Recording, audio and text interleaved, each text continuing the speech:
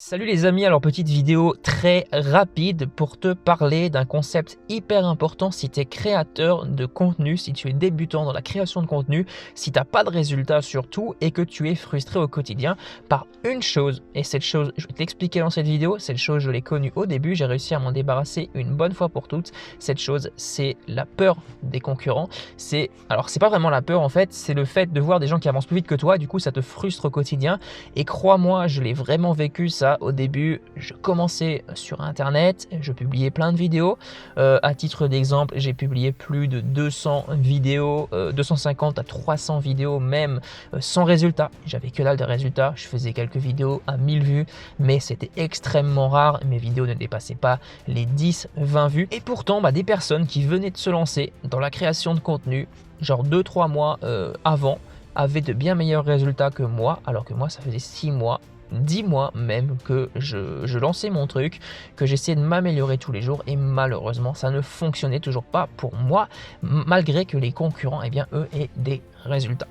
Alors dans cette vidéo je vais t'expliquer comment ne plus être bloqué par ça. C'est un truc que j'ai réussi à dépasser maintenant. J'ai eu du mal, j'ai eu même beaucoup de mal parce que à chaque fois que je voyais une nouvelle personne qui se lançait, qui avait de meilleurs résultats que moi, j'étais frustré. Je me disais ouais mais qu'est-ce que j'ai pas compris, qu'est-ce que j'ai fait qui ne va pas, pourquoi cette personne a de meilleurs résultats que moi? C'est pas juste. Alors excuse-moi, juste petite parenthèse par rapport à la qualité de l'image, il va bientôt faire nuit, je suis dans la bagnole, bref c'est totalement dégueulasse. D'ailleurs je crois que ça va être la vidéo la plus dégueulasse au niveau format que j'ai jamais sorti sur la chaîne YouTube, mais c'est pas grave, le message que je te passe dans cette vidéo est hyper important, donc reste jusqu'au bout. Au pire tu regardes pas la vidéo, tu écoutes seulement l'audio pour ne pas être dégoûté par la qualité de l'image. Bref, dans tous les cas, voilà, je vais te parler du concept de vaincre une bonne fois pour toutes la peur des concurrents, la peur de se faire dépasser. Il y a un truc que tu dois comprendre aujourd'hui, peu importe ce que tu fais, tu iras toujours plus lentement ou plus rapidement que certaines personnes. Peut-être qu'aujourd'hui tu t'es lancé dans la création de contenu, tu as publié 100, 200, 300 vidéos, mais ça ne marche pas. Tu n'as pas de résultat alors que tu as des concurrents, ils ont fait 10 vidéos, ça a explosé, ça a été le buzz et du coup tu es frustré, tu te dis ouais mais le mec il a fait une vidéo de très mauvaise qualité, pourtant moi je me fais chier à faire des vidéos de très bonne qualité, je mets la forme, je mets le fond, je fais des recherches etc, mais ça ne marche pas. Et cette situation je l'ai bien connue, je l'ai connue de nombreuses fois et clairement ça t'empêche de progresser. Pourquoi? Parce que tu ressasses tout le temps le truc, tu ressasses le fait que tu vas pas vite, tu ressasses le fait qu'il y a des gens qui sont meilleurs que toi et en fait c'est vraiment une énorme prise de conscience que tu dois avoir aujourd'hui, c'est que tu auras toujours des personnes qui iront plus vite que toi, tu auras toujours des personnes qui seront meilleures que toi, mais aujourd'hui tu n'es pas ton concurrent. C'est un truc que tu dois comprendre, aujourd'hui tu n'es pas ton concurrent, tes objectifs sont différents.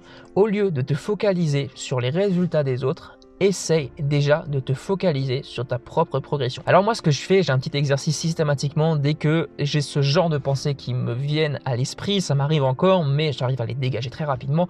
Donc moi ce que je fais systématiquement, je vais t'expliquer le concept. En fait il est hyper simple. Dès que je vois un concurrent qui va plus vite que moi, dès que par exemple je suis dans une période de motivation, je regarde mes résultats, en fait je regarde toujours mes résultats à la baisse dans ma tête, je me dis ouais mais j'ai que 200 vues par vidéo, j'ai que 500 vues sur cette vidéo, j'ai que 2000 abonnés à ma newsletter, bref un truc comme ça qui me vient dans la tête, ce que je fais, c'est que je switch directement dans mon cerveau à mon moi d'avant. Je m'explique si tu comprends pas. En gros, il y a 2 ans, j'avais rien. Il y a 2 ans, je n'étais connu nulle part, sur aucun réseau social. Aujourd'hui, j'ai une petite notoriété. Alors, je dis bien petite notoriété parce que je peux encore largement m'améliorer. J'ai pas la plus grosse chaîne YouTube du monde. On est 3300 abonnés, il me semble. Bref, dans tous les cas, il y a 2 ans, j'avais pas tout ça. Il y a 2 ans, je n'étais connu de personne. Il y a 2 ans, je n'avais pas d'activité. Il y a 2 ans, j'avais pas de business. Il y a 2 ans, je gagnais pas un seul euro sur Internet. Il y a 2 ans, j'étais frustré parce que j'avais pas de résultats. Il y a 2 ans, en fait, j'étais tout ce que je ne voulais pas. Et aujourd'hui, grâce à Internet, grâce à ma communauté, j'ai réussi à me créer un job sur mesure, un job qui me fait kiffer, je vis de ma passion, j'ai atteint un palier dans mon entreprise et du coup c'est génial en fait parce que je m'en fous finalement que le concurrent il ait plus d'abonnés que moi, je m'en fous que le concurrent il ait monté sa chaîne YouTube en 6 mois alors que moi j'ai pris 2 ans à gagner 3000 abonnés. Qu'est-ce que j'en ai à foutre finalement? J'ai réussi à atteindre un de mes objectifs. Mon premier objectif, d'avoir l'indépendance financière, et le prochain objectif, je sais pertinemment que je l'atteindrai. Donc au final, qu'est-ce que ça t'importe aujourd'hui que des concurrents aient de meilleurs résultats que toi?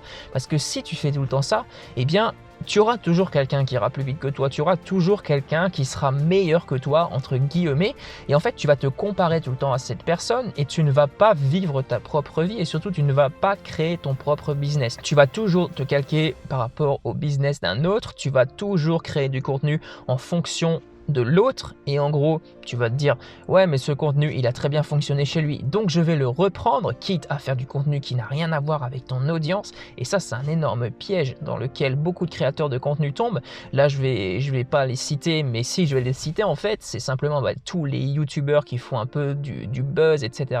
Bref, les sujets de vidéos qui marchent extrêmement bien aujourd'hui sur YouTube sont repris par des milliers de youtubeurs, ça fonctionne, ça fait du clic, ça fait de la vue mais ça m'étonnerait que ces youtubeurs se sentent accompli après avoir fait ce genre de travail. Alors je dis pas du tout ça pour critiquer, il y a des personnes qui aiment bien tout simplement faire des blagues sur les réseaux sociaux, c'est leur passion, etc.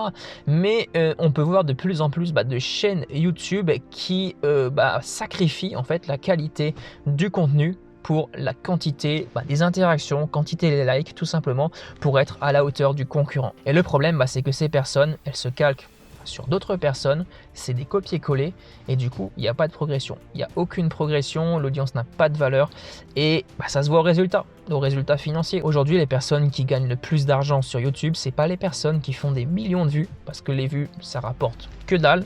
Alors ok, ça rapporte un petit peu d'argent. Moi, par exemple, j'ai activé la monétisation.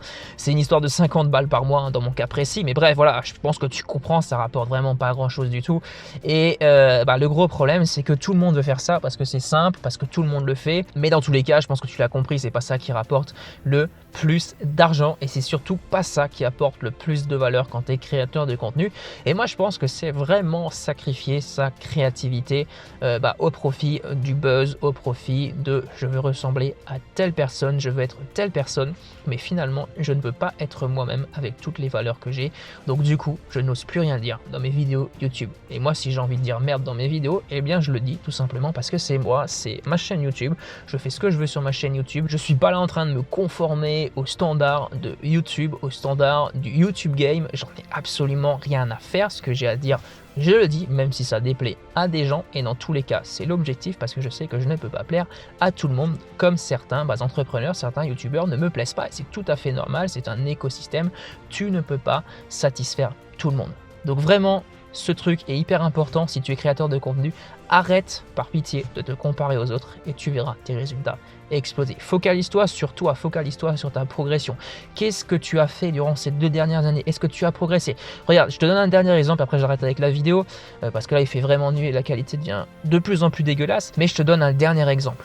Les 200 à 250 premières vidéos, c'était un échec. Au niveau des vues, au niveau des abonnés, j'ai quasiment rien gagné. C'était un échec à ce niveau-là, mais par contre, ça a été une énorme réussite. Pourquoi ça a été une énorme réussite? Déjà, premièrement, ça m'a amené ici à te faire cette vidéo, et deuxièmement, ça a été une énorme réussite. Tout simplement parce qu'entre la première vidéo, et d'ailleurs, je te ferai très bientôt une vidéo où je réagis à ma première vidéo, parce que c'est hyper marrant comment j'étais au début. Bref, entre ma première vidéo et ma 250e vidéo, inutile de te dire que le Benoît devant la caméra, c'était pas du tout le même. J'avais totalement changé, j'étais beaucoup plus à l'aise, beaucoup plus confiance en moi. J'ai appris une énorme expertise. Donc, est-ce que ça a été positif? Est-ce que ça a été négatif? Non. Peut-être que le concurrent qui gagnait 10 000 abonnés en 3 mois avait beaucoup plus d'aisance à l'oral, mais moi, j'ai énormément progressé de mon côté. J'étais pas du tout à l'aise à l'oral et pourtant, j'ai réussi à franchir le cap. J'ai réussi à faire des vidéos et je me suis débarrassé une bonne fois pour toutes de la peur de la caméra. Et si ça, c'est pas une progression, eh bien, je ne sais plus quoi dire. Voilà, j'en ai fini pour cette vidéo. J'espère que ça t'a plu. J'espère que tu n'es pas trop dégoûté par la qualité de l'image. Dans tous les cas,